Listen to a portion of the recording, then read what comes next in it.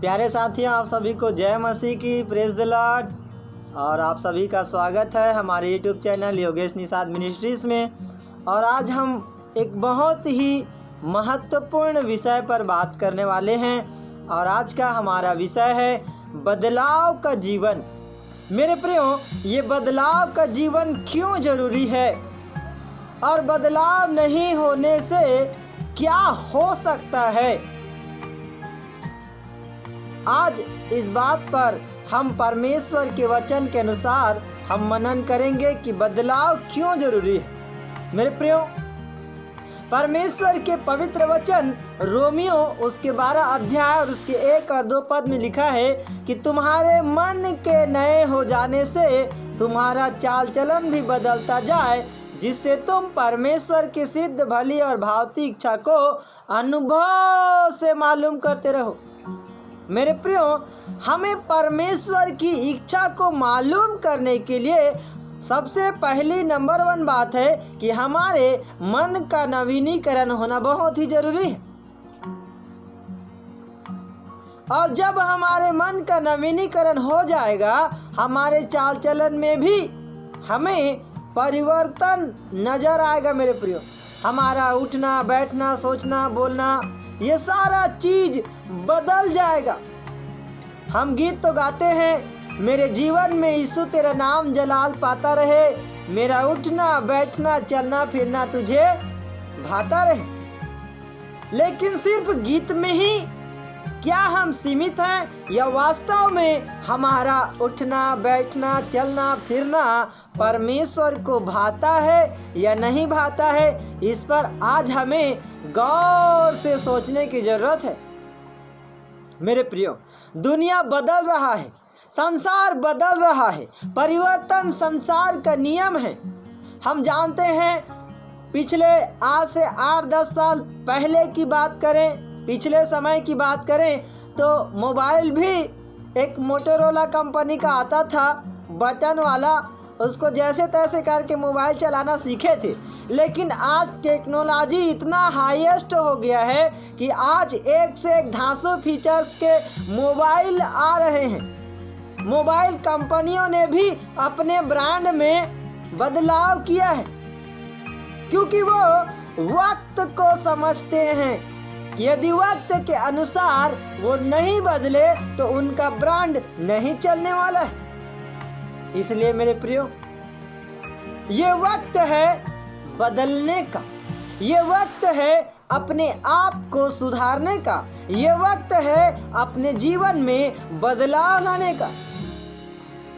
यदि आप और हम अपने जीवन में बदलाव नहीं आएंगे, मेरे प्रियो, याद रखें, इस बात को अपने दिमाग में, माइंड में गांठ बांध कर रखें कि प्रभु यीशु मसीह का द्वितीय आगमन निकट है, वरन द्वार पर है।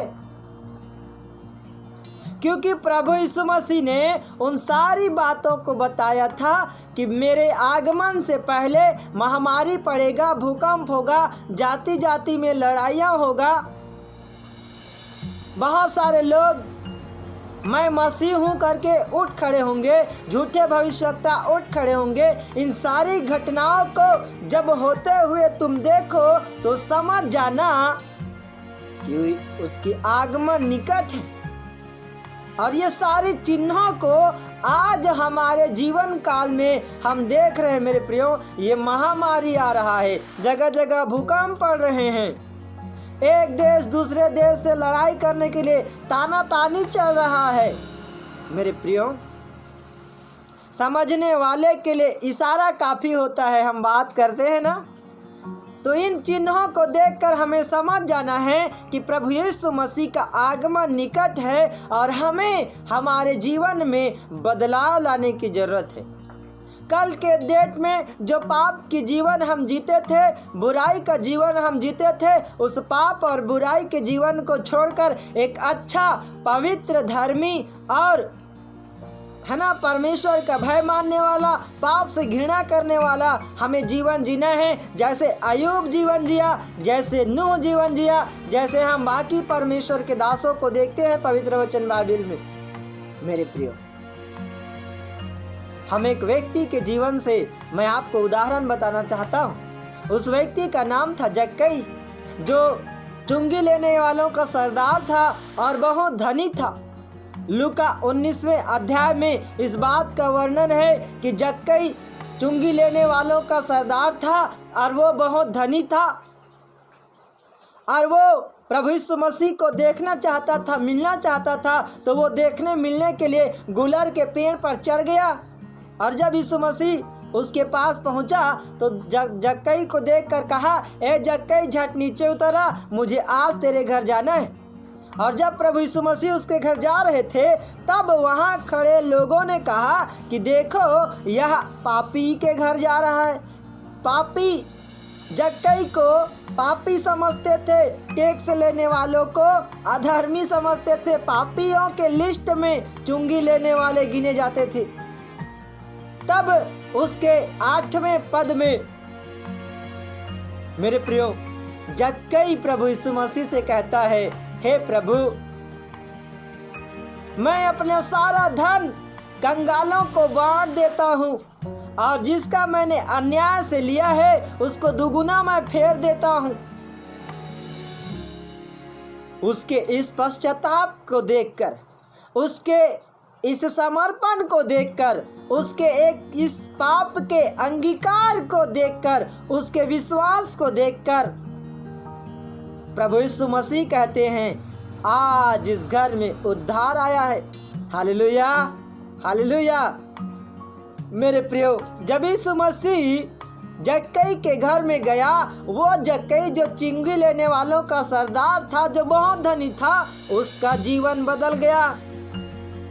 आज कई लोग कहते हैं कि गरीब लोग ही यीशु मसीह को जानते हैं, गरीब लोग ही यीशु मसीह को पहचानते हैं, धन का लालच दिया जाता है। ऐसा कुछ नहीं मेरे प्रियो। आज मसीहत में क्या धनवान, क्या अमीर, क्या गरीब, हर एक वर्ग के लोग प्रभु यीशु मसीह को मानकर उसके पीछे चल रहे हैं। और इस चुंगी लेने वाले को देखिए, ये चुंगी लेने वालों का सरदार था, बॉस था, और तो और वो धनी था। मेरे प्रियो, ये चुंगी लेने वाले जक्कई का जीवन बदल गया। उसने अपने जीवन को बदल दिया जब यीशु मसीह उसके पास गए। मेरे प्रियो, ये बदलाव की जीवन हमें जरूरी है। हम एक और घटना को देखते हैं। जब आप और हम प्रेरितों के काम उसके 16वें अध्याय को पढ़ते हैं, वहाँ हम पाते हैं कि पौलुस और सिलास बंदीगृह में बंद थे। आधी रात की लगभग वे लोग प्रार्थना, आराधना, भजन गाते धूमधाम से। जब प्रभु के भजन गाते हुए वो लोग सुन रहे थे और कैदी उनकी सुन रहे थे, तो एकाएक भूकंप हुआ, पूरा जेल की नींव हिल गई। तब वहाँ का जो दरोगा था वो ये सोचता है कि सारे कैदी भाग गए हैं, और उसने अपने तलवार निकालकर अपने आप को घात करना चाहा, मारना चाहा। ये देखकर वहाँ पौलुस, सिलास वहाँ जो थे, कहते हैं कि तू अपने आप को घात मत कर, हम लोग यही हैं। और मेरे प्रियो, तब वो दरोगा चेलों से पूछता है कि उद्धार पाने वालों के लिए मैं क्या करूं? हालेलुया। और तब 16वें अध्याय के 31वें पद में प्रेरितों के काम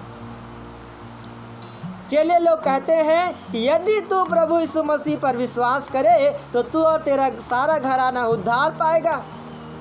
और वो उसी घड़ी विश्वास करता है और अपने घराने समेत वो बपतिस्मा लेकर प्रभु को ग्रहण करता है और उसके पीछे पीछे चलने का वादा करता है। मेरे प्रियो, हम एक और घटना देखते हैं, निनवे नगर की घटना। परमेश्वर ने योना नबी को भेजा कि जा तू अब निनवे नगर के लोगों को प्रचार कर कि यदि वे लोग मन नहीं फिराएंगे, अब से 40 दिन बाद ये नगर ढा दिया जाएगा। योना बेचारा जाता है, निनवे के नगर के लोगों को प्रचार करता है, मन फिराओ, 40 दिन के बाद ये नगर ढा दिया जाएगा। और इस योना नबी की बात को सुनकर मेरे प्रियो, वहाँ के राजा भी विश्वास करता है और पूरे नगर में उपवास प्रचार होता है और सारे नगर के लोग टाट ओढ़कर परमेश्वर से पश्चाताप करते हैं और उनके पश्चाताप करने के द्वारा परमेश्वर उस निनवे नगर को नाश होने से बचा लेता है। मेरे प्रियो, हमने 3 घटनाओं को देखा कि यहाँ इन घटनाओं में लोगों का जीवन बदल गया, लोगों ने अपने जीवन को बदल लिया। लेकिन मैं चौथी घटना, ऐसी घटना आपको बताना चाहता हूँ जिस घटना से लोगों ने अपना जीवन नहीं बदला और वो सारे लोग नाश हो गए मेरे प्रियो। हालेलुया।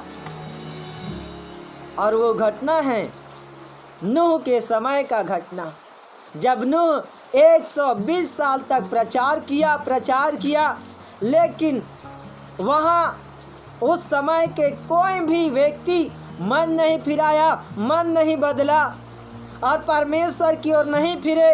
उसके कारण जब नूह जहाज बना चुका, जहाज में जब वो चढ़ा, 40 दिन 40 रात तक इतना भारी भयंकर बारिश हुआ मेरे प्रियो कि उस सारे बारिश में सारे उस जमाने के लोग डूबकर नाश हो गए। क्यों? क्योंकि उसने मन नहीं फिराया। क्यों? क्योंकि उसने अपने मन को नहीं बदला। क्यों? क्योंकि उसने बदलाव को अपने जीवन में एक्सेप्ट नहीं किया। मुझे सुनने वाले हर एक प्रियजन, ये 60-70 बरस के जीवन में परमेश्वर आपको और हमको भी एक मौका देना चाहता है कि यदि हम अपने जीवन को बदलकर, अपने मन को बदलकर परमेश्वर की ओर फिरते हैं और अपने पापों से पश्चाताप करके, अंगीकार करके परमेश्वर की ओर मुड़ते हैं मेरे प्रियो, परमेश्वर दया करने वाला, क्षमा करने वाला परमेश्वर है। योएल की पुस्तक उसके 2 अध्याय उसके 12, 13, 14 पद में परमेश्वर का वचन यो कहता है, अभी भी सुनो, यहोवा यो कहता है, उपवास के साथ रोते पीटते पूरे मन से फिरकर मेरे पास आओ। परमेश्वर दयालु, अनुग्रहकारी, क्षमा करने वाला परमेश्वर है। क्या जाने वो तुम्हारे पापों को, है ना, क्या जाने वो तुम्हें क्षमा कर दे। मेरे प्रियो, आज परमेश्वर बुला रहा है कि ए मेरे बेटे, ए मेरी बेटियों, तुम मेरे पास आओ, मैं तुम्हें अनंत जीवन दूंगा।